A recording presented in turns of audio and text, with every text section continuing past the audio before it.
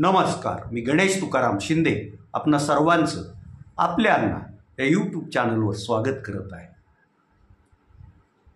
धाराशिव येथील श्रीपतराव भोसले उच्च माध्यमिक विद्यालयात कला शाखेत शिकणाऱ्या कुमारी तन्वी भोसले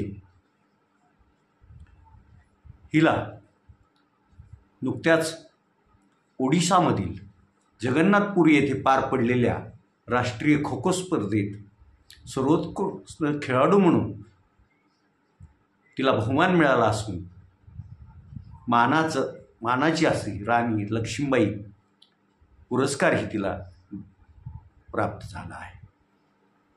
तन्वी भोसलेला डॉक्टर चंद्रजीत जाधव पाटील यांनी खो खो प्रशिक्षण दिलेलं असून ती महाराष्ट्र संघात गेल्या वर्षभरापासून खेळत आहे।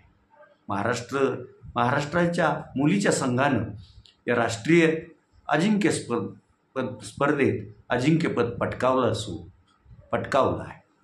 तन्वीच्या या यशाबद्दल आदर्श शिक्षण प्रसारक मंडळाचे सुधीर पाटील, शाळेचे प्राचार्य, त्याचबरोबर डॉक्टर चंद्रजीत जाधव, त्यांचे सहकारी आणि जिल्हाभरातून तिचं कौतुक होत आहे। तन्वी भोसले ही खो खो खेळात तिनं प्रावीण्य मिळवलं असून ती खो खोसाठी मेहनत घेते आणि त्या मेहनतीचंच फळ तिला परवा जगन्नाथपुरी येथे झालेल्या स्पर्धेत मिळालेलं दिसतं।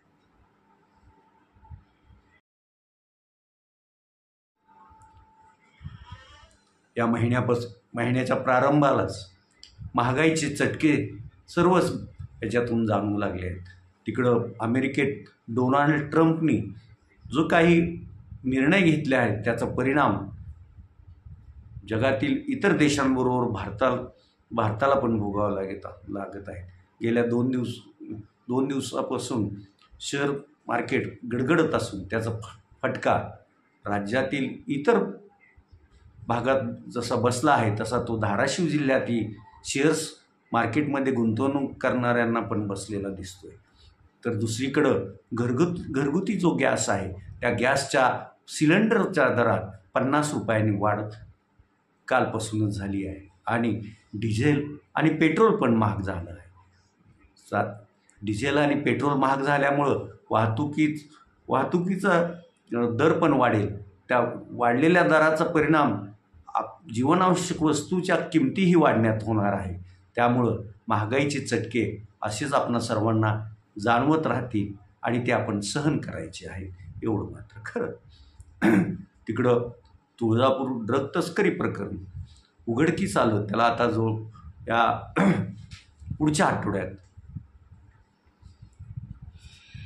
2 महिन्याहून अधिक काळ उलटून गेलेला असेल। याच्यात आत्तापर्यंत पोलिसांनी 35 जणांची आरोपी म्हणून नावं न्यायालयात दाखल केली आहे। त्या 35 पैकी 14 जणांना पोलिसांनी पकडलेलं होतं। त्यातील 13 जण आता त्यांना न्यायालयीन कोठडी मिळाल्यामुळं जिल्हा कारागृहात आहे, तर एक जण पोलीस कोठडीत आहे। तर तब्बल 21 आरोपी फरार असून गेला महिना झाला तरी पोलिसांना त्यांचा ठाव ठिकाणा लागलेला नाही।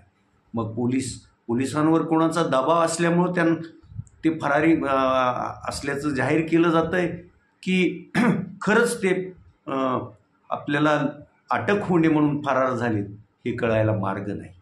आता याच्यात मग तुळजापूर येथील तुळजाभवानी मंदिर ट्रस्ट पण याच्यात उतरला आहे, कारण या 35 पैकी तब्बल 1 डझन जे आरोपी आहेत ते मंदिराचे पुजारी असल्याचं कळतं आहे। आणि परवा विधान परिषदेच्या उपसभापती डॉक्टर नीलम गोरे यांनी जी मंदिर संस्थांची बैठक घेतली त्यात जर पुजारी ड्रग तस्करमध्ये अडकलेले असतील तर त्यांना मंदिर प्रवेश बंदी घाला आणि त्यांना पूजाही करू देऊ नका असं सक्त बजावलं असल्यामुळं मंदिर संस्थानही खडबडून जागं झालं असून त्यांनी या 35 पैकी कोण देवीचे पण पुजारी आहेत अशांची यादी तयार केल्याचं कळतं आणि लवकरच त्यांच्यावर मंदिर प्रवेशबंदी आणि पूजाबंदीचा पण निर्णय घेतला जाईल असं कळतं आहे. ड्रग तस्करी प्रकरणात पोलीस खरंच चालढकल करतायत की तपास करतायत, परंतु आरोपी त्यांना सापडेनात हे कळायला मार्ग नाही. एका फरार आरोपीची एक आलिशान 4 चाकी जप्त केले हा देखावा होता की खरंच आता जप्तीची पण कारवाईला वेग पोलीस देणार याकडेही आता जिल्हावासियांचं लक्ष लागून राहणार आहे. लवकरात लवकर या प्रकरणाचा तपास पूर्ण करावा, त्याची चार्जशीट न्यायालयात वेळेत दाखल करावी, म्हणजे कुठल्याही आरोपीला चार्जशीट दाखल करण्यासाठी उशीर झाला म्हणून जामीन मिळण्याची संधी मिळणार नाही. याकडेही पोलिसांनी लक्ष द्यावं लागणार आहे. या सध्या न्यायालयीन कोठडीत असलेल्या श्रीमती गोळे यांनीही पण आपणास नियमित जामीन मिळावा यासाठी सत्र न्यायालयात अर्ज दाखल केलेला आहे. तर फरार असलेल्या तेलंगनंही अटकपूर्व जामीन मिळावा म्हणून अर्ज दाखल केलेला आहे. त्याच्यावरची सुनावणी अजून झालेली नाही. ती ज्या दिवशी होईल त्या दिवशी मग तेलंगला अटकपूर्व जामीन मिळतो का, श्रीमती गोळे हिला पण नियमित जामीन मिळतो की नाही हे आपल्याला त्यावेळेसच पुढं स्पष्ट होणार आहे.